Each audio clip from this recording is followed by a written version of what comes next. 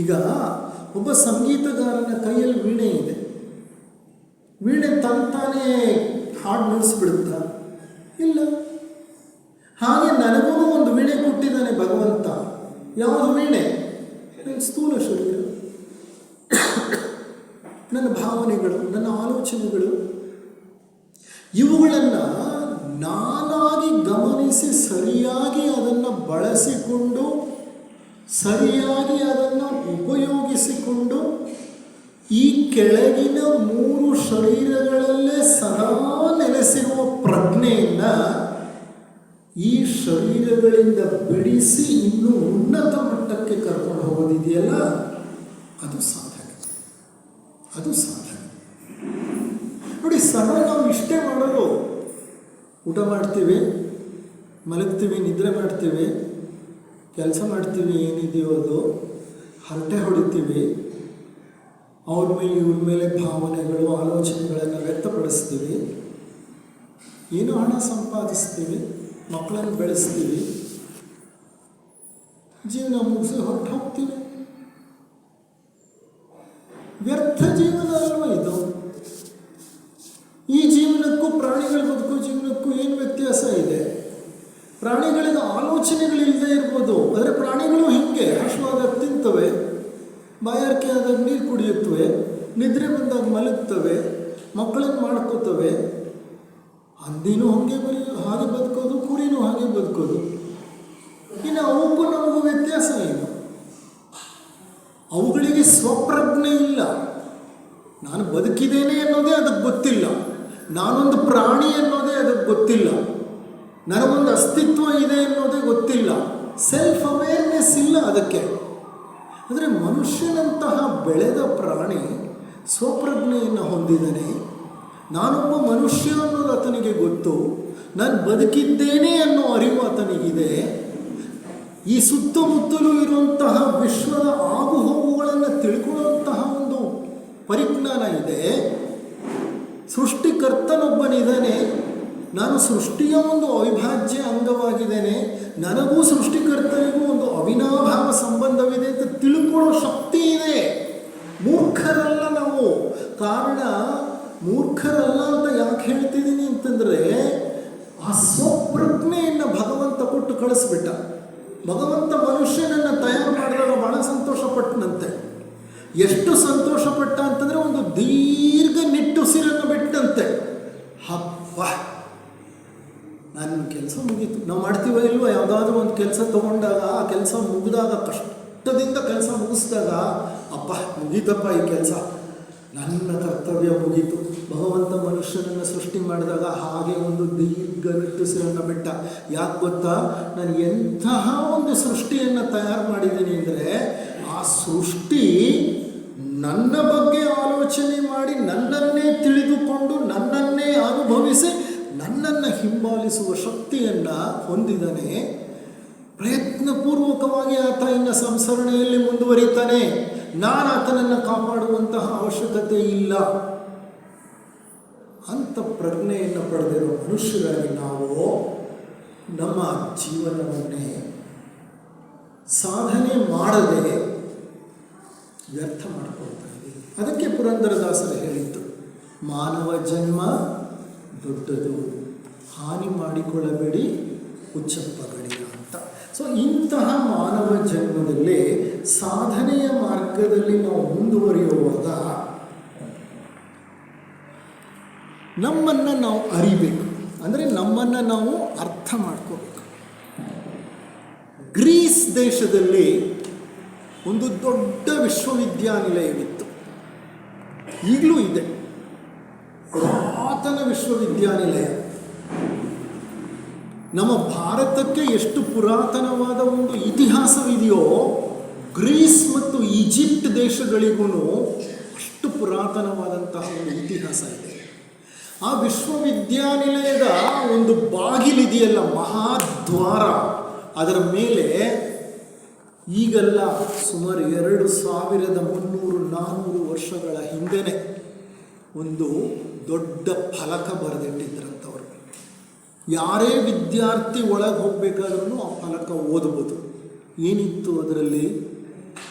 Man know thyself, thou shall know the universe.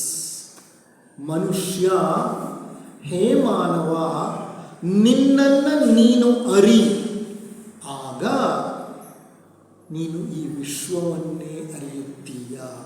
ಅಂದರೆ ಹೇ ಮನುಷ್ಯ, ನಿನ್ನನ್ನು ನೀನು ಅರ್ಥ ಮಾಡ್ಕೋ, ಆಗ ನೀನು ಈ ಅಖಿಲಾಂಡ ಕೋಟಿ ಬ್ರಹ್ಮಾಂಡವನ್ನೇ ಅರ್ಥ ಮಾಡ್ಕೋತೀಯ.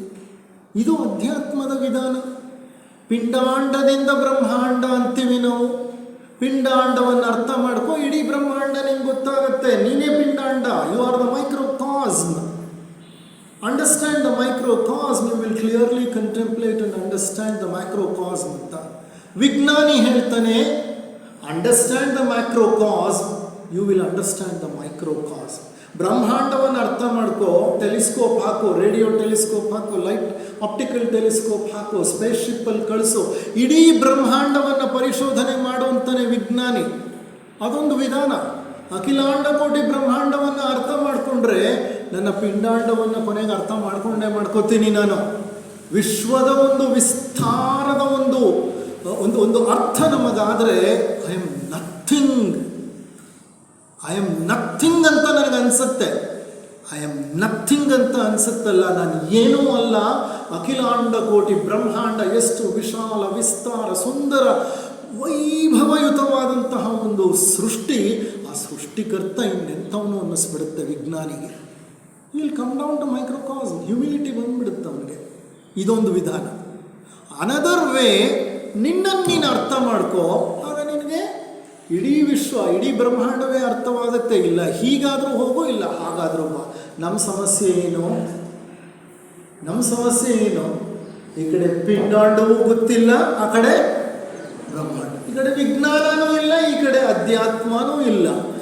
ಏನೋ ಮೇಲ್ಮೈನಲ್ಲಿ ಕಾಲ ಕಳೀಲಿಕ್ಕೆ ಸತ್ಸಂಗಗಳಿಗೆ ಬರ್ತೀವಿ. ನಾವು ಸೀರಿಯಸ್ ಆಗಿ, ಗಂಭೀರವಾಗಿ ಅಧ್ಯಾತ್ಮವನ್ನು ಅರ್ಥ ಮಾಡೋ ಪ್ರಯತ್ನ ಪಡೋಣ. ಈಗ ಅದಕ್ಕೆ ಏನು ಹೇಳ್ತಾರೆ ಅಂತಂದರೆ, ಅದು ಯಾವುದು ವಚನ, ಅಕ್ಕ ಮಹಾದೇವಿಯವರ ಒಂದು ಸುಂದರವಾದಂಥ ವಚನ ಇದೆ. ಎಲ್ಲವ ಅರಿದು ಫಲವೇನಯ್ಯ, ನಿನ್ನ ನೀ ಅರಿಯಬೇಕಯ್ಯ ಅಂತ ಆ ಒಂದು ವಚನವನ್ನು ಅವರು ಹಾಡ್ತಾರೆ.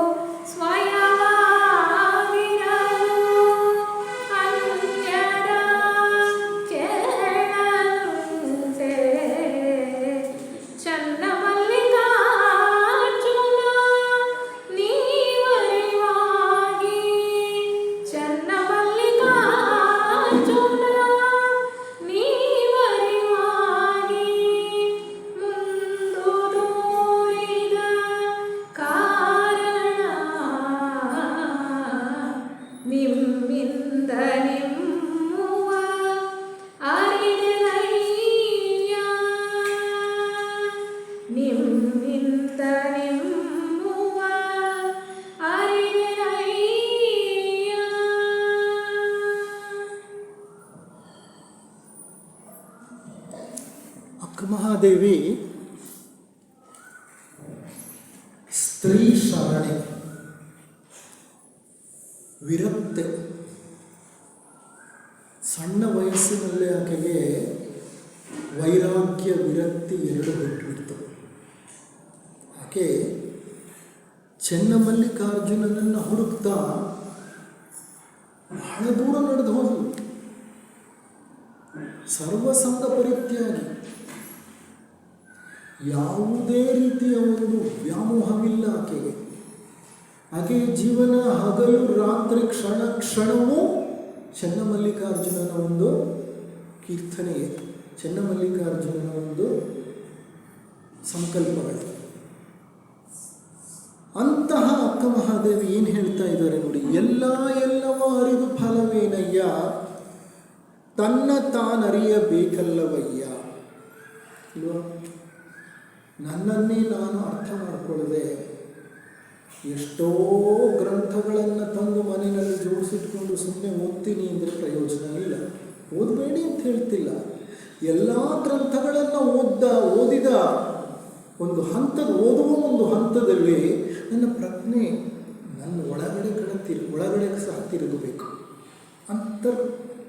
ಪ್ರಜ್ಞೆ ಬಹಳ ಮುಖ್ಯ. ಅಂತರ್ಪ್ರಜ್ಞೆಯ ಕಡೆ ಗಮನ ಬಹಳ ಮುಖ್ಯ.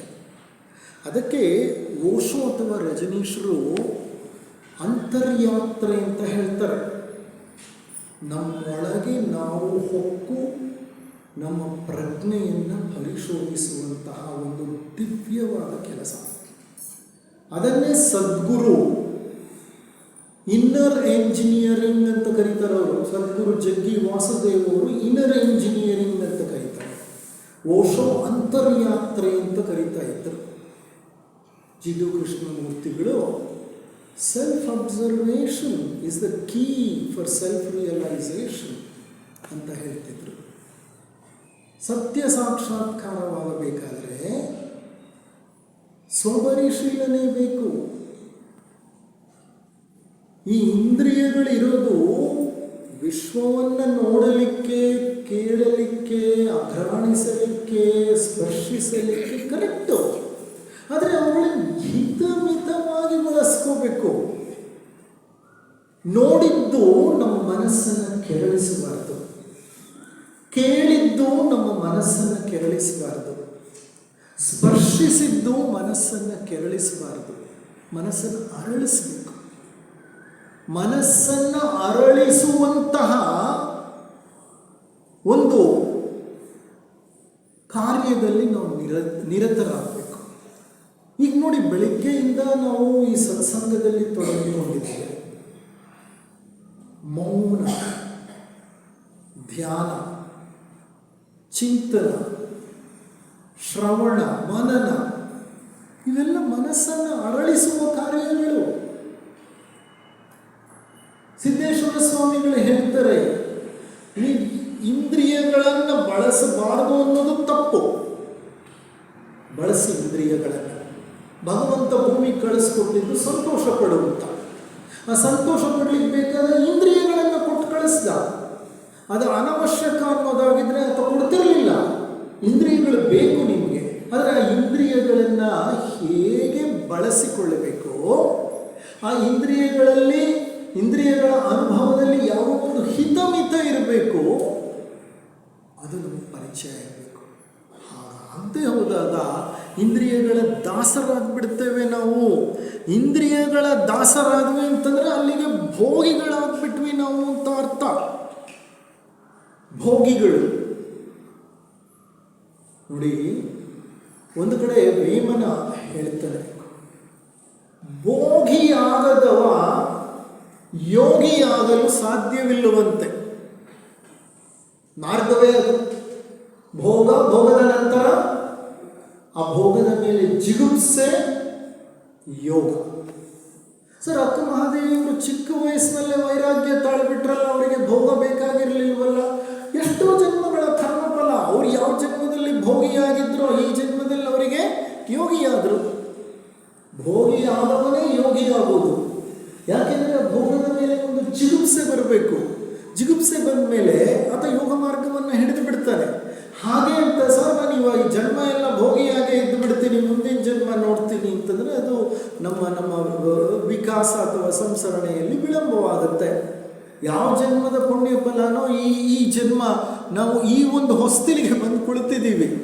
ಈಗಲಾದರೂ ನಾವು ಅರ್ಥ ಮಾಡ್ಕೋಬೇಕಲ್ವ. ಆದರೆ ಸಮಸ್ಯೆ ಏನಂದರೆ ಅಂತರಂಗ ಹೇಳ್ತಾ ಇರುತ್ತೆ, ಸಾಕು ಸಾಂಸಾರಿಕ ಎಲ್ಲ ಕೆಲಸಗಳನ್ನು ಬಿಟ್ಟು ಸಂಸಾರವನ್ನು ತ್ಯಜಿಸಿ ಆದಷ್ಟು ಅಧ್ಯಾತ್ಮದ ಕಡೆ ಗಮನವನ್ನು ನಾವು ಕೊಡಬೇಕು. ಡಿ ವಿ ಗುಂಡಪ್ಪನವ್ರ ಕನ್ನಡದಲ್ಲಿ ಒಂದು ಕಡೆ ಹೇಳ್ತಾರೆ, ನಾವು ಹೇಗಿರ್ಬೇಕಂತ ಗೊತ್ತಾ, ಯಾವಾಗಲೂ ನಾವೇನು ಮಾಡ್ತೀವಿ ಹೇಳಿ, ಯಾವಾಗಲೂ ಮನೆ ಮಠ ಈ ಕೆಲಸಗಳಲ್ಲಿ ಇರ್ತೀವಿ. ಯಾವಾಗಲೂ ಒಂದು ಹೊತ್ತೋ ಹಲವು ದಿವಸಕ್ಕೆ ಒಂದು ಬಾರಿನ ದೇವಸ್ಥಾನಕ್ಕೆ ಹೋಗಿ ಬರ್ತೀವಿ, ಹೌದಾ ಇಲ್ವಾ? ಯಾವಾಗಲೂ ದೇವಸ್ಥಾನದಲ್ಲಿ ಇರ್ತೀವ ನಾವು? ಇಲ್ಲ. ಯಾವಾಗಲೂ ಏನು ಮಾಡ್ತೀವಿ, ಮನೆ ಮಠ ಹೊಲ ಗದ್ದೆ ಇವುಗಳಲ್ಲಿ ಇರ್ತೀವಿ. ಯಾವಾಗಲೂ ಒಂದು ಸ್ವಲ್ಪ ಹೊತ್ತು ದೇವಸ್ಥಾನಕ್ಕೆ ಹೋಗಿ ಭಜನೆ ಮಾಡೋ, ಕೀರ್ತನೆ ಕೇಳೋ, ಸತ್ಸಂಗದಲ್ಲಿ ಭಾಗವಹಿಸೋ, ವಾಪಸ್ ಬರ್ತೀವಿ. ಡಿ ವಿ ಗುಂಡಪ್ಪನವ್ರು ಹೇಳ್ತಾರೆ, ವಯಸ್ಸಾಗ್ತಾ ಏನು ಮಾಡಬೇಕಂತ ಗೊತ್ತಾ, ಇದು ಉಲ್ಟಾ ಆಗಬೇಕಂತೆ. ಉಲ್ಟಾ ಆಗೋದು ಅಂದರೆ ಅರ್ಥ ಏನು? ಯಾವಾಗಲೂ ಎಲ್ಲಿರಬೇಕು? ದೇವಸ್ಥಾನದಲ್ಲಿರಬೇಕು. ಯಾವಾಗಲೂ ಒಂದೊಂದ್ಸಲ ಮನೆ ಮಠ ಅಂತ ಹೊರಬರಬೇಕು. ಅದು ಮಾರ್ಗ ಅಂತಾರೆ. ಅಂದರೆ ಯಾವಾಗಲೂ ದೇವಸ್ಥಾನದಲ್ಲಿರೋದು ಅಂತಂದರೆ ಅರ್ಥ ಏನಪ್ಪ ಅಂದರೆ, ನಮ್ಮ ಆತ್ಮಸಾಕ್ಷಿಗೆ ಅನುಗುಣವಾಗಿ ಅಂತರ್ಪ್ರಜ್ಞೆಯಲ್ಲಿ ನಾವು ಲೀನರಾಗಿ ಇರಬೇಕು. ನಮ್ಮ ಸಮಸ್ಯೆ ಲೌಕಿಕ ಜಾಸ್ತಿ. ಮನಸ್ಸು ಹೇಳ್ತಾ ಇರುತ್ತೆ, ಈ ಕೆಲಸ ಮಾಡಬೇಡಪ್ಪ, ಸದಾ ಲೌಕಿಕದಲ್ಲಿರ್ತೀಯ, ಬೇಡ. ಅಂದರೆ ಆ ಅಂತಃಸಾಕ್ಷಿ ಹೇಳ್ತಾ ಇದೆ, ಸಾಕು ವಯಸ್ಸಾಯಿತು ನಿನಗೆ. ಆದರೆ ನಾನು ಮಾತ್ರ ಬಿಡೋಕ್ಕೆ ರೆಡಿ ಇಲ್ಲ. ಈ ಅಂತಃಸಾಕ್ಷಿ ಇದೆಯಲ್ಲ, ಸೈಲೆಂಟ್ ವಿಟ್ನೆಸ್. ಅದು ಆ ಸೈಲೆಂಟ್ ವಿಟ್ನೆಸ್ ಏನು ಮಾಡುತ್ತೆ ಗೊತ್ತಾ, ಸುಮ್ಮನೆ ಕುಳಿತು ನಾವು ಮಾಡೋದನ್ನೆಲ್ಲ ಗಮನಿಸ್ತಾ ಇರುತ್ತೆ. ಅಂತಃಸಾಕ್ಷಿಯೇ ದೇವರು, ಭಗವಂತ. ಮುಂಡಕ ಉಪನಿಷತ್ತು 3ನೇ ಅಧ್ಯಾಯದ 1ನೇ ಶ್ಲೋಕ ದ್ವಾಸುಪರ್ಣ ಶ್ಲೋಕ.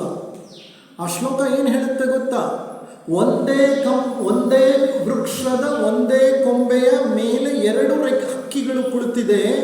ಒಂದು ಹಕ್ಕಿ ಸುಮ್ಮನೆ ಕುಳಿತು ನೋಡ್ತಾ ಇದೆ, ಇನ್ನೊಂದು ಹಕ್ಕಿ ಚಡಪಡಿಸುತ್ತಾ ಒಟಗುಟ್ಟುತ್ತಾ ಹಾರಾಡುತ್ತಾ ಅಲ್ಲಿರುವಂತಹ ಹಣ್ಣು ಕಾಯಿ ಪೀಚು ಎಲೆ ಇವುಗಳನ್ನೆಲ್ಲ ತಿಂದು ಸವಿದು ಗಲಾಟೆ ಮಾಡ್ತಾ ಇರುತ್ತೆ. ಆ ಗಲಾಟೆ ಮಾಡ್ತಿರೋ ಹಕ್ಕಿ ಯಾವುದು ಗೊತ್ತಾ, ದೇಹಾತ್ಮ. ಸುಮ್ಮನೆ ಕುಳಿತು ನೋಡ್ತಾ ಇರೋದು ಯಾವ ಹಕ್ಕಿ ಗೊತ್ತಾ, ಒಳಗಿರುವ ಜೀವಾತ್ಮ ಅಥವಾ ಪರಮಾತ್ಮ. ಸುಮ್ಮನೆ ನೋಡ್ತಾನೆ. ಯಾವಾಗಲಾದರೂ ಎಚ್ಚರಿಕೆಯ ಸಂದೇಶ ಕಳಿಸ್ತಾನೆ, ಅಪ್ಪ ನೀನು ಮಾಡೋದು ಬೇಡ ಕಾಣೋ ಇದು ಅಂತ. ಆದರೆ ನಾವು ಮಾತ್ರ ಅದನ್ನೇ ಮಾಡ್ತೀವಿ. ಅಂದರೆ ಅಂತರಂಗದ ಮಾತನ್ನು ನಾವು ಕೇಳಲ್ಲ. ಅದಕ್ಕೆ ಸಂಬಂಧಪಟ್ಟ ಹಾಗೆ ಅಂತರಂಗದಲ್ಲಿ ಅರಿವಾದೊಡೇನು, ಬಹಿರಂಗದಲ್ಲಿ ಕ್ರಿಯೆ ಇಲ್ಲದನ್ನಕ್ಕ ಅಂತ ಒಂದು ಸುಂದರವಾದಂತಹ ವಚನವಿದೆ. ಅದು ಬಸವಣ್ಣನವರ ವಚನ. ಅಂತರಂಗದಲ್ಲಿ ಅರಿವಾದೊಡೇನು ಅಂದರೆ, ಅಂತರಂಗದಲ್ಲಿ ನಿನಗೆ ಅರಿವಿದೆಯಪ್ಪ, ಅರಿವಾಗ್ತಿದೆ ನಾನು ಮಾಡ್ತಿರೋ ತಪ್ಪಂತ, ಆದರೂ ನಾನು ಬಹಿರಂಗದಲ್ಲೇ ಅದೇ ಕ್ರಿಯೆಯನ್ನೇ ಮಾಡ್ತೇನೆ. ಹಾಗಾದರೆ ಏನು ಪ್ರಯೋಜನ ಅಂತ ಬಸವಣ್ಣನವರು ಕೇಳ್ತಾರೆ. ಅಂತಹ ಒಂದು ವಚನವನ್ನು ಅವ್ರು ಹಾಡ್ತಾರೆ.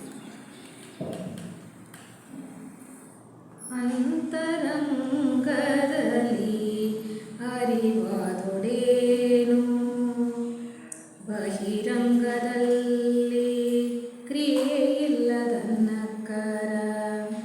ಅಂತರಂಗದಲ್ಲಿ ಅರಿವಾದೊಡೇನು, ಬಹಿರಂಗದಲ್ಲಿ ಕ್ರಿಯೆ ಇಲ್ಲದನ್ನಕ್ಕರ. ದೇಹವಿಲ್ಲದಿದ್ದೋಡೆ ಪ್ರಾಣಕ್ಕಾಶ್ರಯ ಉಂಟೆ, ದೇಹವಿಲ್ಲದಿದ್ದೋಡೆ ಪ್ರಾಣಕ್ಕಾಶ್ರಯ ಉಂಟೆ. ಕನ್ನಡಿ ಇಲ್ಲದಿರೆ ತನ್ನ ಮುಖವ ಕಾಣಬಹುದೇ,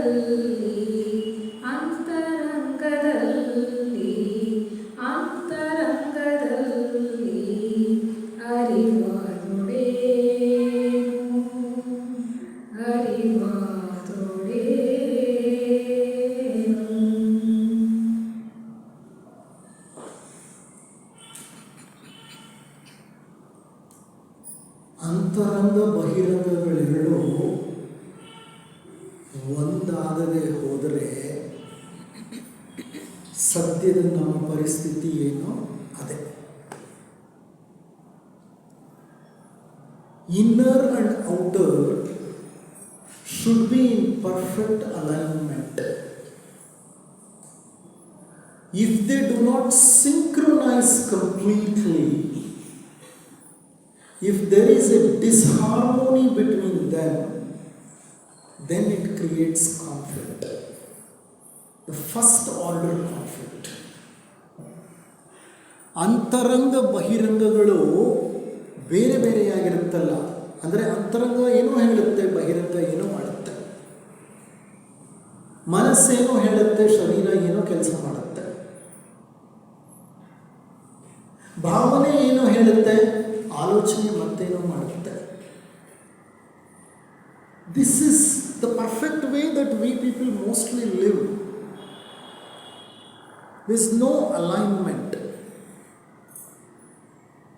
ಆ ಅಂತರಂಗ ಬಹಿರಂಗಗಳು ಒಂದಾಗ್ಬಿಟ್ರೆ ಏನಾಗತ್ತೆ ಗೊತ್ತಾ? ಅಲ್ಲಿ ಅಂತರಂಗವೂ ಇಲ್ಲ, ಬಹಿರಂಗವೂ ಇಲ್ಲ, ಬಯಲಾಗೋಯ್ತು. ಈಗ ಅಂತರಂಗ ಬಹಿರಂಗಗಳ ಮಧ್ಯೆ ಒಂದು ತೆರೆ ಇದೆ, ಪರದೆ ಇದೆ. ಅದೊಂದು ಕೋಣೆ, ಇದೊಂದು ಕೋಣೆ. ಅದಕ್ಕಿಷ್ಟ ಬಂದಂಗೆ ಅದವು, ಇದಕ್ಕಿಷ್ಟ ಬಂದಂಗೆ ಇದು. ವಚನಕಾರರು ಶರಣರು ಹಾಗೆ ಬದುಕಲಿಲ್ಲ. ಅವರ ನಡೆ ನುಡಿ ದೇವರ ಪರ್ಫೆಕ್ಟ್ ಅಲೈನ್ಮೆಂಟ್. ನಡೆ ನುಡಿಗಳು ಒಂದಾದಂತಹ ಜೀವನ ಅದು. The perfect synchronisation. ಅದನ್ನೇ ಅವ್ರು ಹೇಳ್ತಿರೋದು ಈ ವಚನದಲ್ಲಿ.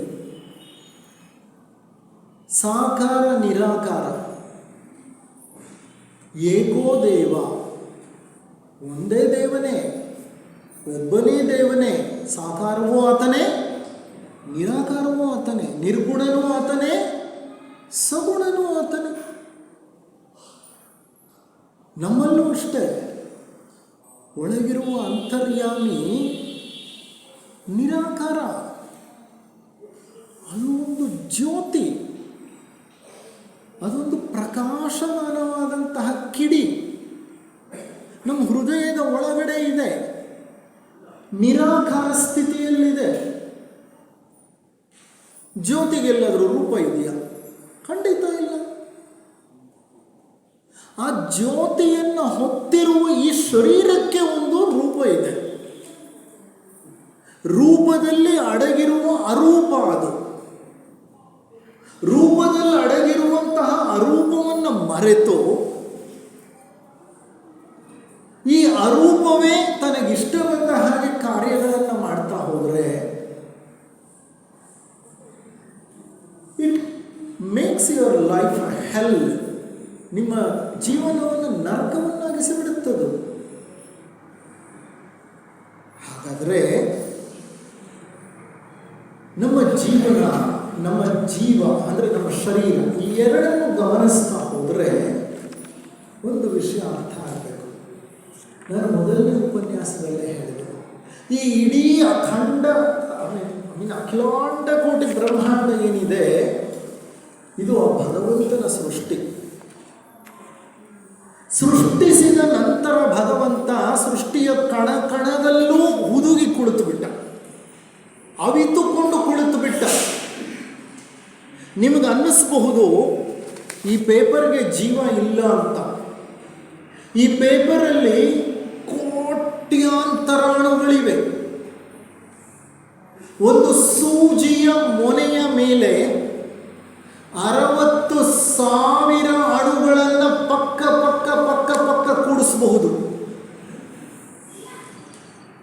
ಸೂಜಿ ಮೊನೆಯ ಮೇಲೆ 60,000 ಅಣುಗಳನ್ನು ಕೂಡಿಸ್ಬೋದು, ಪರಮಾಣುಗಳನ್ನು ಕೂಡಿಸ್ಬೋದು. ಅಂದರೆ ಅವು ಎಷ್ಟು ಚಿಕ್ಕದಿರಬೇಕು. ಅಂಥ ಪರಮಾಣುಗಳಿಂದಲೇ ಅಖಿಲಾಂಡ ಕೋಟಿ ಬ್ರಹ್ಮಾಂಡ ಮಾಡಲ್ಪಟ್ಟಿರೋದು. ಪ್ರತಿ ಅಣುವು ಸದಾ ಕಂಪಿಸುತ್ತಿರುತ್ತೆ. Every atom keeps pulsating. Not only atom, ಅಣುವಿನ ಒಳಗಿರುವ, ಅಣು ಕೇಂದ್ರದ ಒಳಗಿರುವ ಪ್ರೋಟಾನ್, ನ್ಯೂಟ್ರಾನ್ಗಳು ಸಹ, ಎಲೆಕ್ಟ್ರಾನ್ಗಳು ಸಹ ಕಂಪಿಸುತ್ತವೆ. ಕಂಪಿಸುತ್ತಿರುತ್ತವೆ. They keep pulsating always. ಅಷ್ಟು ಸಣ್ಣ ಅಣುಗಳಿಂದ ಮಾಡಲ್ಪಟ್ಟ ಅಖಿಲಾಂಡ ಕೋಟಿ ಬ್ರಹ್ಮಾಂಡ ಏನನ್ನ ನೋಡಿ, ಕೈಯಲ್ಲಿ ಇಟ್ಕೊಂಡಿರೋ ಮೈಕು, ಇಲ್ಲಿರುವಂತಹ ಪೇಪರು, ಇಲ್ಲಿರುವಂತಹ ಸ್ಪೆಕ್ಸ್ ಕವರು, ಈ ಒಂದು ಬಟ್ಟೆ, ಆ ನೆಲ, ಈ ಕಾರ್ಪೆಟ್ಟು, ನನ್ನ ಶರೀರ, ನನ್ನ ಕಿವಿ, ನನ್ನ ಮೂಗು, ನನ್ನಲ್ಲಿ ಹರಿತಿರೋ ರಕ್ತ, ಪ್ರತಿಯೊಂದು ಅಣುಗಳಿಂದಲೇ ಮಾಡಲ್ಪಟ್ಟಿರೋದು. ಪ್ರತಿ ಅಣುವು ಕಂಪಿಸುತ್ತಿದೆ, ಸುಮ್ಮನೆ ಇರಲ್ಲ ಅದು. It's vibrating, it is pulsating. Why is it pulsating? ಅದೇ ಚೈತನ್ಯ, ಅದೇ ಚೈತನ್ಯ, ಅದೇ ದೈವಿ ಚೈತನ್ಯ ಒಂದೊಂದು ಅಣುವಿನಲ್ಲೂ ಹುದುಗಿ ಕುಳಿತಿದ್ದಾನೆ ಅಂತ. ಅದೊಂದು ದಿವ್ಯ ಶಕ್ತಿ. ಅದಕ್ಕೆ ಅಲ್ವಾ ನಾವು ಹೇಳೋದು, ಪ್ರತಿ ಅಣುವಿನಲ್ಲೂ ಚಲಿಸುತ್ತಿರುವ ಗುಪ್ತ ಚೇತನವೇ ಭಗವಂತ. ಅದು ಅಂತ ಸರ್ವವ್ಯಾಪಿಯಾದಂತಹ ಭಗವಂತ ಅಣುವಿನಲ್ಲೂ ಇರುವಾಗ ನನ್ನ ಹೃದಯದಲ್ಲಿರಲಿಕ್ಕೆ ಸಾಧ್ಯ ಇಲ್ವಾ? ನನ್ನ ಶರೀರದಲ್ಲಿರಲಿಕ್ಕೆ ಸಾಧ್ಯ ಇಲ್ವಾ? ಬೈಬಲ್ ಹೇಳುತ್ತೆ, human body is a temple of God. ಭಗವದ್ಗೀತೆಯನ್ನು ಹೇಳುತ್ತೆ, ಮನುಷ್ಯನ ಶರೀರ ದೇವಾಲಯ ಅಂತ, ದೇವರ ಆವಾಸ ಸ್ಥಾನ. ಹಾಗಾದರೆ ಈ ಶರೀರವನ್ನು ಎಷ್ಟು ಸ್ವಚ್ಛವಾಗಿ ಇಟ್ಕೊಳ್ಬೇಕು. ನಿಮ್ಮ ಮನೆಯಲ್ಲಿ ದೇವರ ಮನೇನ ನೀವು ಹೇಗೆ ಇಟ್ಕೋತೀರಿ? ಪ್ರತಿನಿತ್ಯ ದೇವರ ಮನೇನ ಕ್ಲೀನ್ ಮಾಡ್ತೀರಿ ತಾನೆ? ದೇವರ ಮನೇಲಿ ದೀಪ ಹಚ್ಚಿ ಪೂಜೆ ಮಾಡ್ತೀರಿ ತಾನೆ? ಆದರೆ ನನ್ನ ಒಳಗಡೆನೇ ಇರುವಂತಹ ದೇವರ ದೇವಾಲಯವನ್ನು ನಾನು ಎಷ್ಟು ಕಶ್ಮಲವಾಗಿ ಇಟ್ಕೊಂಡಿದ್ದೀನಿ ನೋಡಿ. ಎಂಥ ಆಲೋಚನೆಗಳು ಬರುತ್ತೆ ನನ್ನ ಮನಸ್ಸಿನಲ್ಲಿ, ಎಂಥ ಭಾವನೆಗಳು ಉದ್ಭವವಾಗುತ್ತೆ ನನ್ನ ಹೃದಯದಲ್ಲಿ, ಎಂಥ ಅಭ್ಯಾಸಗಳನ್ನು ನಾನು ಕಲಿತಿದ್ದೀನಿ. ಸಿಗರೇಟು, ಮದ್ಯಪಾನ, ಎಷ್ಟು ಪವಿತ್ರವಾದಂತಹ ಈ ಶರೀರವನ್ನು ನಾನು ಆ ರೀತಿ ದುರ್ಬಳಕೆ ಮಾಡ್ಬೋದಾ? ದುರ್ವ್ಯಸನಗಳಿಗೆ ಈಡಾಗಬಹುದಾ? ಇದು ಸರಿನಾ? ಶರೀರವನ್ನು, ಅಂತರಂಗವನ್ನು ಪರಿಶುದ್ಧವಾಗಿಟ್ಕೊಂಡು ಬಹಿರಂಗದಲ್ಲಿ ಆ ಪರಿಶುದ್ಧತೆಯನ್ನು ವ್ಯಕ್ತಪಡಿಸ್ತಾ ಹೋದರೆ ಅದು ಮುಕ್ತಿಗೆ ಒಂದು ಮಾರ್ಗ. ಇದಕ್ಕೆ ಸಂಬಂಧಪಟ್ಟ ಹಾಗೆ ಕುವೆಂಪು ಅವರು ಒಂದು ಸುಂದರವಾದಂಥ ಗೀತೆಯನ್ನು ರಚಿಸಿದರೆ, ದೇಹವಿದು ನೀನಿರುವ ಗುಡಿ ಎಂದು ತಿಳಿದು. ಬಹಳ ಸುಂದರವಾದಂತಹ ಕವನ, ಕಣ್ತೆರೆಸುವ ಕವನ. ನಮ್ಮ ಶರೀರದ ಬಗ್ಗೆ ನಮ್ಮ ನಿರ್ಲಕ್ಷ್ಯ ಅಪಾರವಾದದ್ದು. ಹೆಚ್ಚು ಕಡಿಮೆ ಆದಾಗ ಡಾಕ್ಟ್ರ್ ಹತ್ರ ಬಂದು 10 ಅವಲತ್ತುಕೊಳ್ತೇವೆ. ಆದರೆ ಮೊದಲಿಂದ ಮಾಡ್ಕೊಂಡು ಬಂದಿರೋದು ಗೊತ್ತಿರೋದಿಲ್ಲ. ನರ್ಸಿಂಗ್ ಹೋಮಿಗೆ ಬಂದುಬಿಟ್ಟು ಪೇಷಂಟ್ ಸತ್ತೋಗಿದ ತಕ್ಷಣ ಹಿಡ್ಕೊಂಡು ಡಾಕ್ಟ್ರು ಬಡ್ದು ಸಾಯಿಸಿ ಹೊರಟೋಗ್ತಾರೆ. ಆದರೆ ಅವನು ಹುಟ್ಟಿದಾಗಿಂದ ಮಾಡಬಾರ್ದೆಲ್ಲ ಮಾಡ್ಕೊಂಡು ಬಂದಿದ್ದಾನೆ. ಅವನ ಶರೀರವೆಲ್ಲ ಹಾಳಾಗೋಗಿದೆ, ಆರೋಗ್ಯನೇ ಇಲ್ಲ, ಎಲ್ಲ ಅಂಗಗಳು ಅವಯವಗಳು ಹೊಟ್ಟೋಗಿದೆ. ಅವನೇನೋ ಎಳ್ಕೊಂಡು ಬಂದಿಲ್ಲಿ ಅಡ್ಮಿಟ್ ಮಾಡಿಬಿಟ್ಟು ಆತ ಮಾಡಿರೋ ತಪ್ಪು ಯಾರು ಮಾತಾಡಲ್ಲ, ಹೌದಾ ಅಲ್ವಾ? ನಾನು ಹಾಗೆ ಅಂತ ಎಲ್ಲ ಡಾಕ್ಟರ್ಗಳು ಒಳ್ಳೆಯವರು ಅಂತ ಹೇಳ್ತಿಲ್ಲ, ಅವ್ರ ಪರ ಮಾತಾಡ್ತಿಲ್ಲ. ಭಾರತದಂಥ ದೇಶದಲ್ಲಿ ಹುಟ್ಟಿದ್ದೀರಿ, ನೀವು ಪುಣ್ಯ ಮಾಡಿದಿರಿ, 100 ಜನ್ಮಗಳ ಪುಣ್ಯ, ಹಲವಾರು ರೀತಿಯಲ್ಲಿ ಪುಣ್ಯ ಇಲ್ಲಿ ಹುಟ್ಟಿರೋದು. ಒಂದು ಹಲ್ಲು ಕೀಳಿಸ್ಕೊಳ್ಳೋಕೆ ಅಮೇರಿಕಲ್ಲಿ 1 ವರ್ಷ ಕಾಯಬೇಕು. ಅಪಾಯಿಂಟ್ಮೆಂಟ್ ಕೊಡೋದೇ ಹಾಗೆ. ಕಣ್ಣು ನೋವಾಗ್ತಿದೆ, ಕೆಂಪಾಗ್ತಿದೆ ಅಂತಂದರೆ ಅಪಾಯಿಂಟ್ಮೆಂಟ್ 6 ತಿಂಗಳಾದ್ಮೇಲೆ ಕೊಡ್ತಾರೆ.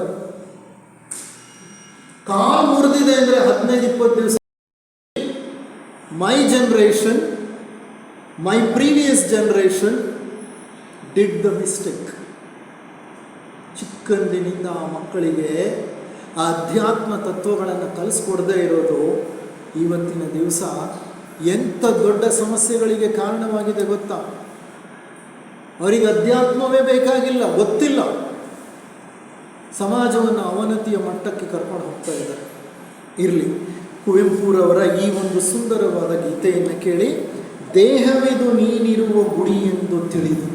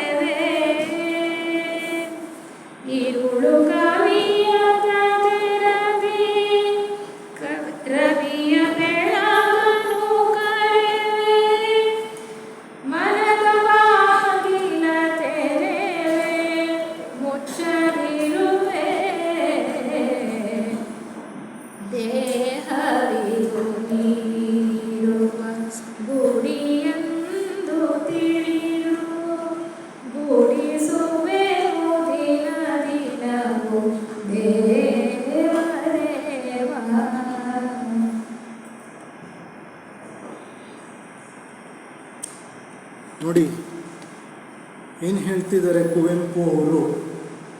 ಕುವೆಂಪುರವರು ತಮ್ಮ ಕೊನೆಯ ವಯಸ್ಸಿನಲ್ಲಿ ಬಹಳ ದೊಡ್ಡ ಅಧ್ಯಾತ್ಮ ಜೀವಿಗಳಾಗ್ಬಿಟ್ರು, ಚಿಂತಕರಾಗ್ಬಿಟ್ರು. ಅವರು ರಾಮಕೃಷ್ಣ ಪರಮಹಂಸರ ಶಿಷ್ಯರಾಗಿದ್ದಂಥ ಶಿವಾನಂದರ ಶಿಷ್ಯರಾದರು. ಗುರುವಿನೊಡನೆ ದೇವರಡಿಗೆ ಅಂತ ಸುಂದರವಾದ ಪುಸ್ತಕ ಬರೀತಾರೆ ಅವರು. ಅವರ ನಿವೃತ್ತ ಜೀವನ ಅದು. ಆ ಸಂದರ್ಭದಲ್ಲಿ ಬರೆದಂತಹ ಒಂದು ಕವನ ಇದೆ. ದೇಹವಿದು ನೀನಿರುವ ಗುಡಿ ಎಂದು ತಿಳಿದು ಗುಡಿಸುವೆನು ದಿನ ದಿನವೂ ದೇವ ಪ್ರತಿದಿನ ಗುಡಿಸ್ತೀನಿ. ಈ ಮನಸ್ಸು ಎಷ್ಟು ಕಶ್ಮಲವನ್ನು ತುಂಬಿಕೊಂಡಿರುತ್ತೆ ಗೊತ್ತಾ. ನನಗೀಗ 60 ವರ್ಷ. ಈ 60 ವರ್ಷದ ಅನುಭವಗಳು ಇದರಲ್ಲಿ ಇನ್ನೂ ತುಂಬಿಕೊಂಡಿದೆ. ಸಾಕಷ್ಟು ವಿಷಯಗಳು ನನ್ನ ಮನದಲ್ಲಿ ತಮ್ಮದೇ ಆದಂತಹ ಸರ್ಕ್ಯೂಟ್ಗಳನ್ನು ತಯಾರು ಮಾಡ್ಕೊಂಡು ಬಿಟ್ಟಿದೆ. ಈ ಎಲೆಕ್ಟ್ರಾನಿಕ್ ಸರ್ಕ್ಯೂಟ್ಗಳಿರ್ತವಲ್ಲ, ಆ ಥರ ಒಂದು ಸರ್ಕ್ಯೂಟ್ ಟಚ್ ಮಾಡಿದ್ರೆ ಅದಕ್ಕೆ ಸಂಬಂಧಪಟ್ಟಂಥ 1000 ಸರ್ಕ್ಯೂಟ್ಗಳು ಫಟ್ ಅಂತ ಮೇಲೆದ್ದು ಬಿಡುತ್ತೆ. ಹೇಗೆ ಅಂದರೆ, ಯಾವುದೋ ಒಂದು ಆಲೋಚನೆ ಮೇಲೆದ್ದರೆ ಅದಕ್ಕೆ ಸಂಬಂಧಪಟ್ಟ 100 ಆಲೋಚನೆಗಳು ಮೇಲೆ ಇರುತ್ತೆ. ಗಮನಿಸಿದ್ದೀರಾ ನೀವು ಇದನ್ನು? ಗಮನಿಸಿದ್ದೀರಾ? ಚಿಕ್ಕ ವಯಸ್ಸಿನಲ್ಲಿ ನಾನು 6ನೇ ಕ್ಲಾಸ್ ಓದ್ತಿದ್ದಾಗ ನಳಿನಾಕ್ಷಿ ಟೀಚರ್ ಅಂತ ಒಬ್ಬರಿದ್ದರು. ನಳಿನಾಕ್ಷಿ ಟೀಚರನ್ನ ಹೆಸರು ಯಾರಾದರೂ ಹೇಳಿದರೆ ಸಾಕು, ನನಗೆ ನನ್ನನ್ನು ಹಿಡ್ಕೊಂಡು ಜೋರ ಹೊಡೆದಿದ್ರು ಅವರು. ಇವತ್ತಿಗೂ ಜ್ಞಾಪಕ ಇದೆ. ನಾನು ಭಾಳ ಕೋಪ ಮಾಡ್ಕೊಂಡಿದ್ದೆ, ಮನೆಗೆ ಬಂದು ಭಾಳ ಆಗ್ತಿದ್ದೆ. ಇವತ್ತಿಗೂ ಜ್ಞಾಪಕ ಇದೆ. ಇದು ಯಾವಾಗ ನಡೆದಿದ್ದು? ನಾನು 6ನೇ ಕ್ಲಾಸ್ನಲ್ಲಿದ್ದಾಗ. ಅಂದರೆ ನನಗಿನ್ನ 9 ಇರ್ಬೋದು, ಬೇಗನೆ ಸೇರಿಸಿದ್ರು ಇನ್ನು. ಅಂದರೆ ಸುಮಾರು 52-53 ವರ್ಷ ಆಗೋಯ್ತು. ನಾನು ನಳಿನಾಕ್ಷಿ ಮೇಡಮ್ ಅಂದರೆ ಅವ್ರು ಕೋಲ್ ಹಿಡ್ಕೊಂಡಿದ್ದು, ನನ್ನ ಬೆನ್ನಿಗೆ ಹೊಡೆದಿದ್ದು, ನಾನು ಹಿಡ್ಕೊಂಡಿದ್ದು, ನಾನು ಹತ್ತಿದ್ದು, ನನ್ನ ಮನೆಗೆ ಅಳ್ತಾ ಬ್ಯಾಗ್ ಎತ್ಕೊಂಡು ಬಂದಿದ್ದು, ನಾನು ಕೋಪ ಮಾಡ್ಕೊಂಡಿದ್ದು ಎಲ್ಲ ಜ್ಞಾಪಕ ಉಂಟು. ಯಾಕೆ ಈ ವಿಷಯ ಹೇಳ್ತಿದ್ದೀನಿ ಅಂದರೆ, ನಮ್ಮ ಮನಸ್ಸೇ ಹಾಗೆ. ಎಂದೆಂದೋ ನಡೆದ ಯಾವ್ಯಾವುದೋ ಘಟನೆಗಳನ್ನು ಮರೆಯಲ್ಲ. ಅದೇನು ಮಾಡುತ್ತೆ? ಶೇಖರಿಸಿಟ್ಕೊಂಡಿರುತ್ತೆ. ಅದಕ್ಕೆ ಓಶೋ ಒಂದು ಕಡೆ ಹೇಳ್ತಾರೆ, ನಿನ್ನ ಮನಸ್ಸೊಂದು ಕಸದ ತೊಟ್ಟಿ. ಕಸದ ತೊಟ್ಟಿ ಅಂದರೆ ಏನು ಮಾಡ್ತಾರೆ ಎಲ್ಲರೂ? ಕಸದ ತೊಟ್ಟಿಲಿ ಕಸ ತಗೊಂಡೋಗಿ ಹಾಕ್ತಾ ಇರ್ತಾರೆ. ಅವ್ರು ಅದ್ರ ಜೊತೆಗೆ ಹೇಳ್ತಾರೆ, ನಿನ್ನ ಮನಸ್ಸೆಂಬ ಕಸದ ತೊಟ್ಟಿ ರಸ್ತೆಯ ಆ ಬದಿಗಿರುವ ಕಸದ ತೊಟ್ಟಿಗಿಂತ ಕೆಟ್ಟ ಕಸದ ತೊಟ್ಟಿ. ಕಾರಣ ಏನೆಂದರೆ, ರಸ್ತೆಯ ಆ ಬದಿಯಲ್ಲಿರುವ ಕಸದ ತೊಟ್ಟಿಯನ್ನು ಆಗಾಗ ಕಾರ್ಪೊರೇಷನ್ ಅವರು ಕ್ಲೀನ್ ಮಾಡ್ತಾರೆ. ಆದರೆ ನಿನ್ನ ಮನಸ್ಸೆಂಬ ಕಸದ ತೊಟ್ಟಿಯನ್ನು ನೀನೆಂದು ಕ್ಲೀನೇ ಮಾಡಿಲ್ಲ. ಹೌದಾ ಅಲ್ವಾ? ನಾವೇ ಕ್ಲೀನ್ ಮಾಡ್ತೀವಿ. ಪ್ರತಿಯೊಂದು ರೆಕಾರ್ಡ್ ಮಾಡಿ ಒಳಗೆ ತುಂಬಿಸ್ತಾನೆ ಇದ್ದೀವಿ. ಜಿಡ್ಡು ಕೃಷ್ಣಮೂರ್ತಿಯವರು ಎಷ್ಟೋ ವರ್ಷಗಳ ನಂತರ ಅಡಿಯಾರ್ನ ಕ್ಯಾಂಪಸ್ ಥಿಯೋಸಾಫಿಕಲ್ ಸೊಸೈಟಿ ಒಳಗೆ ಹೆಜ್ಜೆ ಇಡ್ತಾರೆ. ಅಲ್ಲಿ ಆ ಮೇನ್ ಹಾಲ್ನಲ್ಲಿ ಎಲ್ಲ ಫೋಟೋಗಳಿದೆ. ಲೆಡ್ಬಿಟರ್ ಫೋಟೋ ಮುಂದೆ ಸುಮ್ಮನೆ ನಿಂತ್ಕೊಂಡಿರ್ತಾರೆ. ಯಾರೋ ಒಂದು ಕೇಳ್ತಾರೆ, ಲೆಡ್ಬಿಟರ್ ನಾಟಕ ಬರ್ತಿದ್ದಾರೆ ಅಂತ. ಹೌದು, ಲೆಡ್ಬಿಟರ್ ನಾಟಕ ಬರ್ತಿದ್ದಾರೆ. ಅವರ ಜೊತೆ ನಿಮ್ಮ ಸಹಯೋಗ ಜ್ಞಾಪಕ ಬರ್ತಿದೆಯಾ? ಏನಿಲ್ಲ, ಹಿಂಗಂತಾರೆ. ಅಂದರೆ ಅರ್ಥ ಏನು ಗೊತ್ತಾ? ಮನಸ್ಸಿಂದ ಸಾಕಷ್ಟು ವಿಚಾರ ವಿಷಯಗಳನ್ನು ಏನು ಮಾಡ್ತಿರ್ತಾರೆ ಅಂತ ಅವರು ಯೋಗಿಗಳು ವಿಸರ್ಜಿಸ್ತಾ ಇರ್ತಾರೆ. ತುಂಬಿಸ್ಕೊಂಡು ಹೋದರೆ ಕಾರ್ಪೊರೇಷನ್ ತೊಟ್ಟಿಗಿಂತ ದೊಡ್ಡ ಕಸದ ತೊಟ್ಟಿನೇ ಆಗೋದು. ಕರೆಕ್ಟಾಗಿ ಹೇಳಿದ್ದಾರೆ ರಜನೀಶ್ರು. ನಾವು ಮಾಡ್ತಾ ಇರೋದು ಅದೇ ಕೆಲಸನ. ಪ್ರತಿಯೊಂದು ರೆಕಾರ್ಡ್ ಮಾಡ್ತೀವಿ. ನಮಗೆ ರೆಕಾರ್ಡ್ ಮಾಡದೆ ಏನನ್ನೂ ನೋಡ್ಲಿಕ್ಕೆ ಸಾಧ್ಯನೇ ಇಲ್ಲ. ಪ್ರತಿಯೊಂದು ರೆಕಾರ್ಡ್ ಮಾಡಿಬಿಡುತ್ತೆ ಮನಸ್ಸು ತಕ್ಷಣ. ಅಲ್ಲದೆ ಏನನ್ನೇ ನೋಡಿದ್ರು ಹಿಂದಿನ ನೆನಪು ತಗೊಂಡ್ಬಂದ್ಬಿಡುತ್ತೆ. We create impressions. And we live with impressions. ಅದಕ್ಕೆ ಇವ್ರು ಹೇಳ್ತಾರೆ ಪ್ರತಿದಿನ ಗುಡಿಸ್ಬೇಕಪ್ಪ ಅಂತ. ಎದೆಯ ಕಮಲಾಕರದಿ ನೀನು ಮೀಯುವೆ ಎಂದು ಕಂಬನಿಯ ನವಜಲದಿ ದಿನವೂ ತೊಳೆವೆ ಭಗವಂತ.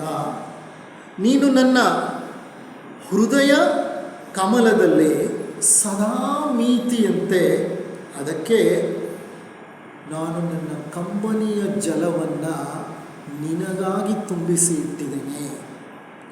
ഇരുಳು ಕವಿಯದ ತೆರದಿ ರವಿಯ ಬೆಳಕನು ಕರೆವೆ.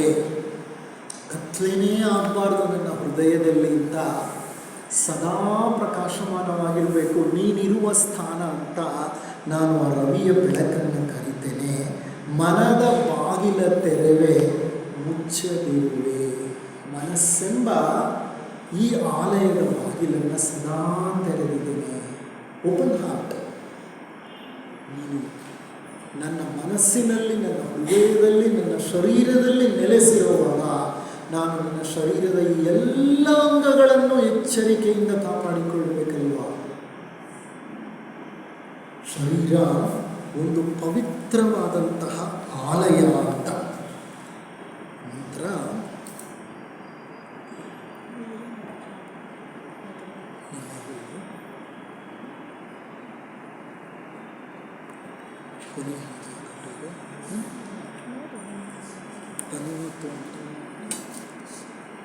ನಮ್ಮ ಸಾಧನೆಯ ಹಾದಿ ಹೇಗಿರಬೇಕು ಅಂತ ಅಲ್ಲಮ ಪ್ರಭುಗಳು ಒಂದು ಸುಂದರ ವಚನದಲ್ಲಿ ತಿಳಿಸ್ತಾರೆ.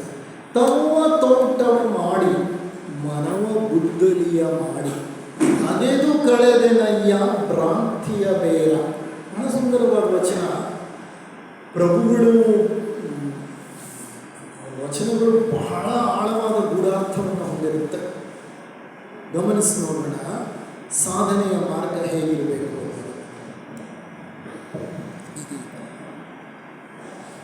ತರುವ ತೋಟವ ಮಾಡಿ ಮನವ ಗುದ್ದಲಿ ಮಾಡಿ, ತರುವ ತೋಟವ ಮಾಡಿ ಮನವ ಗುದ್ದಲಿ ಮಾಡಿ, ಅಗೆದು ಕಳೆದೆನಯ್ಯ ಭ್ರಾಂತಿಯ ಬೇರ, ಭ್ರಾಂತಿಯ ಬೇರ.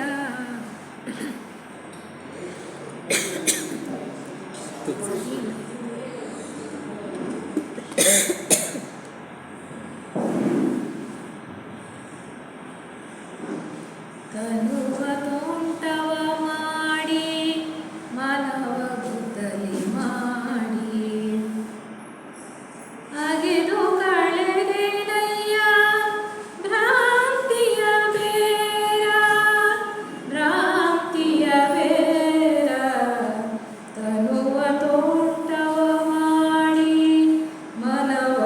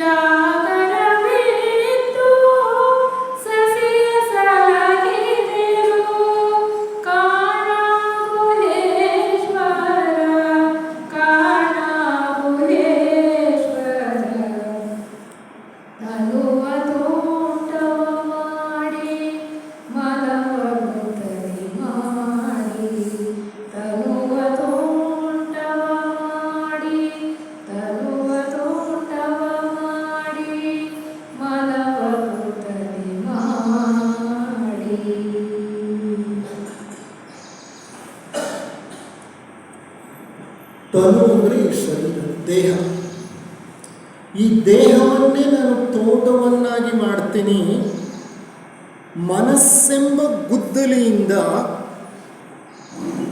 ಆ ತೋಟದಲ್ಲಿರುವಂತಹ ಭೂಮಿಯನ್ನು ಅಗೆದು ಅಲ್ಲಿ ಬಿಟ್ಟಿರುವ ಭ್ರಾಂತಿ ಎಂಬ ಬೇರನ್ನು ಕಿತ್ತಾಕ್ತೀನಿ. ಅಂದರೆ ಅರ್ಥ, ಈ ತನುವೆಂಬ ಒಂದು ತೋಟದಲ್ಲಿ ಮನಸ್ಸಿನ ಆಳದಲ್ಲಿ ಮನಸ್ಸೆಂಬ ಗುದ್ದಲಿಯನ್ನು ಬಳಸಿ ತನುವೆಂಬ ತೋಟದಲ್ಲಿ ಬೆಳೆದಿರುವಂತಹ ಕಳೆಯನ್ನು, ಯಾವುದು ಕಳೆ? ಭ್ರಾಂತಿ, ಮಾಯೆ.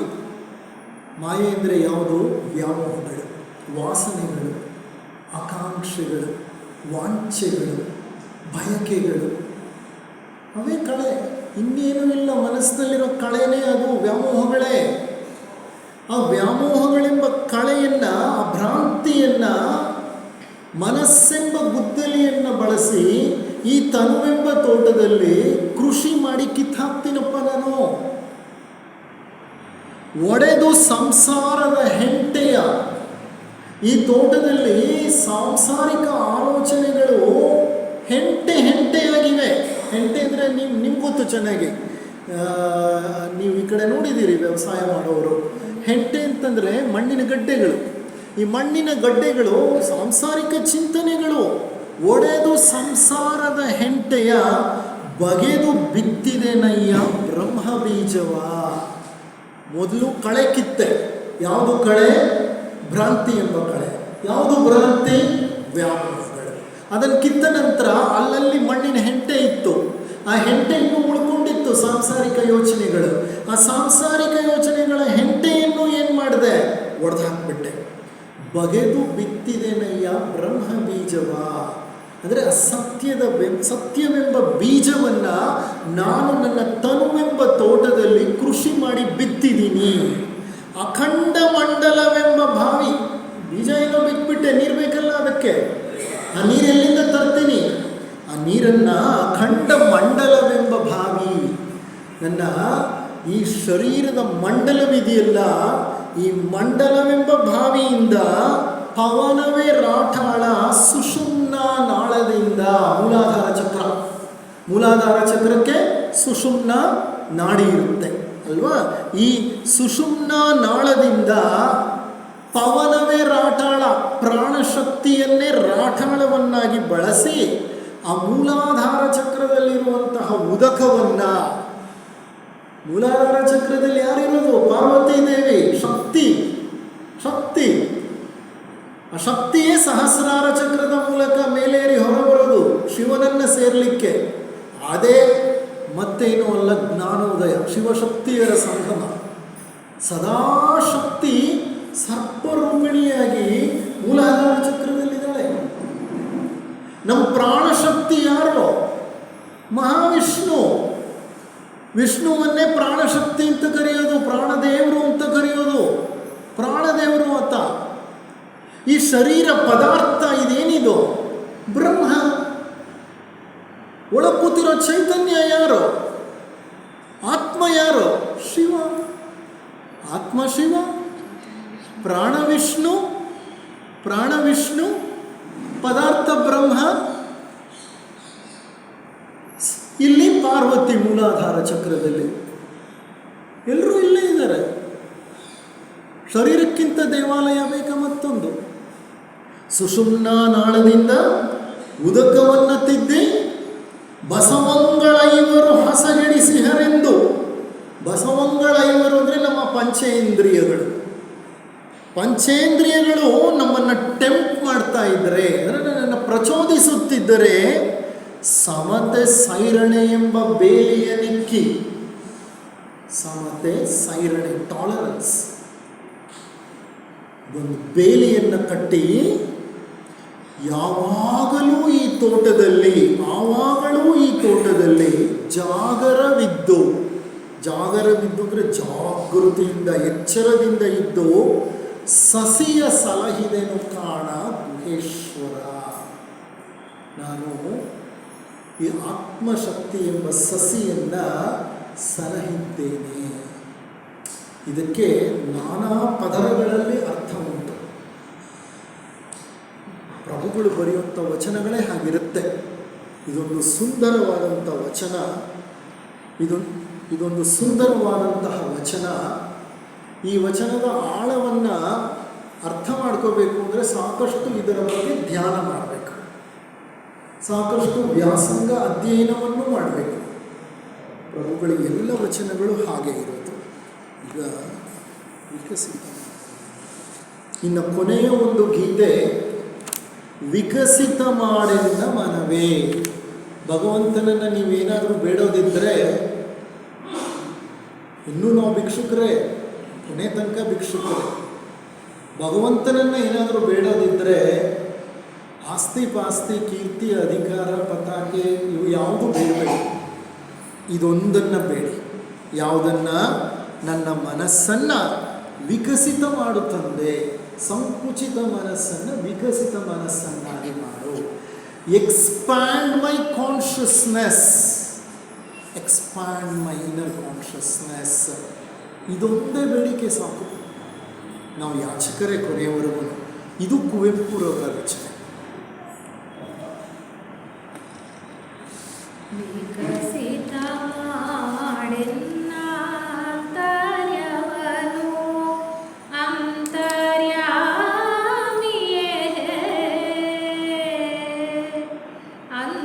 ಅಂತರ್ಯಾಮಿಯೇ ವಿಕಸಿತ ಮಾಡೆನ್ನ ಅಂತರ್ಯವನು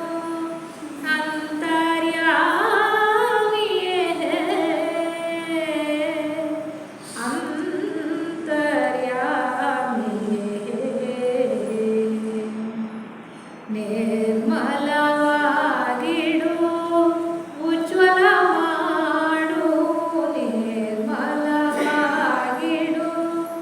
ಉಜ್ವಲ ಮಾಡು ಸುಂದರವಾಗಿಡು ಹೇ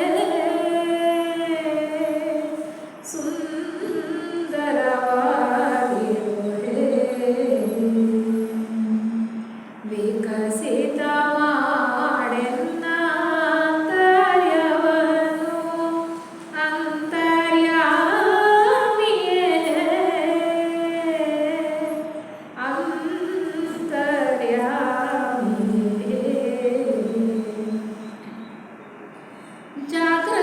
ಜಾಗೃತನಾಗಿಡು ಉದ್ಧಾರ ಮಾಡು ಜಾಗೃತನಾಗಿಡು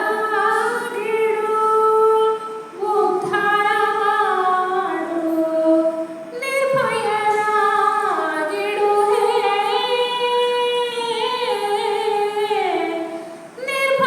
ನಿರ್ಭಯನಾಗಿಡು ಹೇ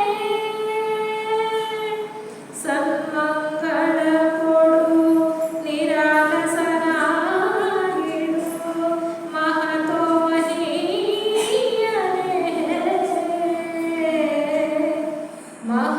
ಮಹತೋಹೀಯನೇ ವಿಕಸಿತ ಮಾಡೆನ್ನ ಅಂತರ್ಯವನು ಅಂತರ್ಯಾಮಿಯೇ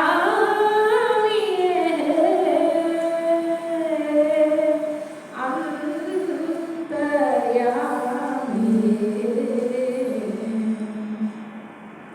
ಸರ್ವಸಂಗನು ಸಾರ್ಥಕ ಮಾಡು ಮುಕ್ತಿಯ ಕೊಡು ನೀ ಅನಂತನೇ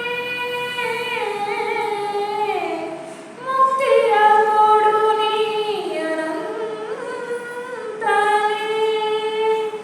ನಿನ್ನ ಚರಣದಿ ನಿಲ್ಲಿಸು ಚಿತ್ತವ ನಿನ್ನ ಚರಣ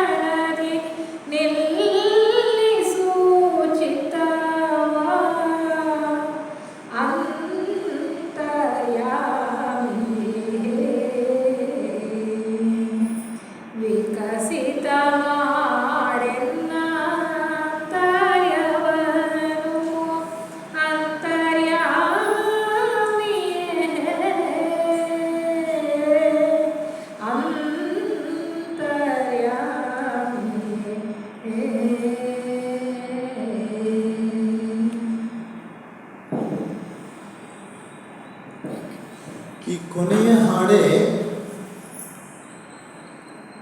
the bottom line of today's programme. ಇವತ್ತಿನ ಈ ಒಂದು ವ್ಯಾಸಂಗಗೋಷ್ಠಿಯ ಅತಿ ಮುಖ್ಯವಾದಂತಹ ಕನ್ಕ್ಲೂಷನ್, ಬಾಟಮ್ ಲೈನ್, ಸಾರಾಂಶ, ಸಂದೇಶ, carry back, carry home message is the last song. ಅದನ್ನು ನಾನು ವಿವರಿಸಲಿಕ್ಕೆ ಹೋಗಲ್ಲ, ಬಹಳ ಸರಳವಾದ ಕನ್ನಡದಲ್ಲಿತ್ತು. ಬೇಡ್ಕೊಳ್ತಾ ಇರೋದು ಏನು ಅನ್ನೋದು ನಿಮ್ಗೆ ಗೊತ್ತಾಯಿತು, ಹೌದಾ ಅಲ್ವಾ? ಇಲ್ಲಿಗೆ ನಮ್ಮ ಕಾರ್ಯಕ್ರಮವನ್ನು ಮುಕ್ತಾಯ ಮಾಡ್ತೇವೆ. ನಿಮಗೆಲ್ಲರಿಗೂ ಅನಂತಾನಂತ ಧನ್ಯವಾದಗಳು for patient listening. Thank you.